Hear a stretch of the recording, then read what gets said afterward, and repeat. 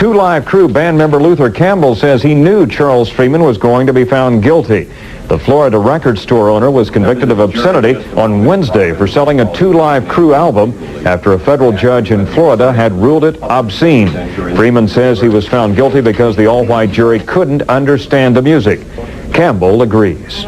When I first saw how the jury was and what jury they picked it and how they picked the jury, I automatically said this guy's going to get railroaded. You know, and I wasn't surprised at all. I had said, you know, earlier that day when they told me how they picked the jury and there was no blacks on the jury, there was no blacks in the jury pool, you know, I say, hey, he's dead. Freeman could get up to a year in jail and a $1,000 fine. Their shows were getting shut down midway through due to some acts that were going on stage. You know, acts you see in certain movies that are rated X. Yeah, that was going on stage while they were performing. BJs, all of that. That would have been fine. Except for the fact that oftentimes there were people under the age of 18 at some of these venues. Yeah, not good. Hi, what's your opinion about Two Live Crew?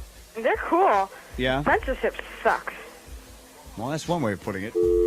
I feel under the First Amendment they have every right to say what they say, when they want to say it, and how they want to say it. Okay, let me ask you a question now. What about the other side of the coin, the responsibility to the kids? The responsibility to the kids is up to their parents. Let their parents decide what they will and will not buy. God did not put us on this earth to have other people throw down opinions on other people's art. Their third album, Nasty As They Wanna Be, just blew up. To the moon! It was led by their most famous song to date, Me So Horny. Bro, I was 11 years old singing Me So Horny. I had no idea what horny meant, but I was bumping it.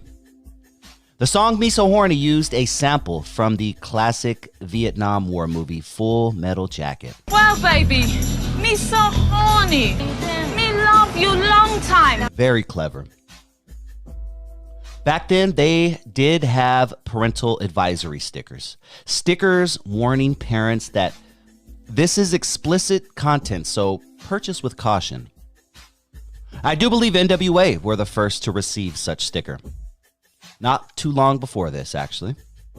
I think Guns N' Roses was also one of the first bands to receive this sticker, but don't quote me on that. The American Family Association did not think the presence of a parental advisory sticker was enough to adequately warn listeners of what was in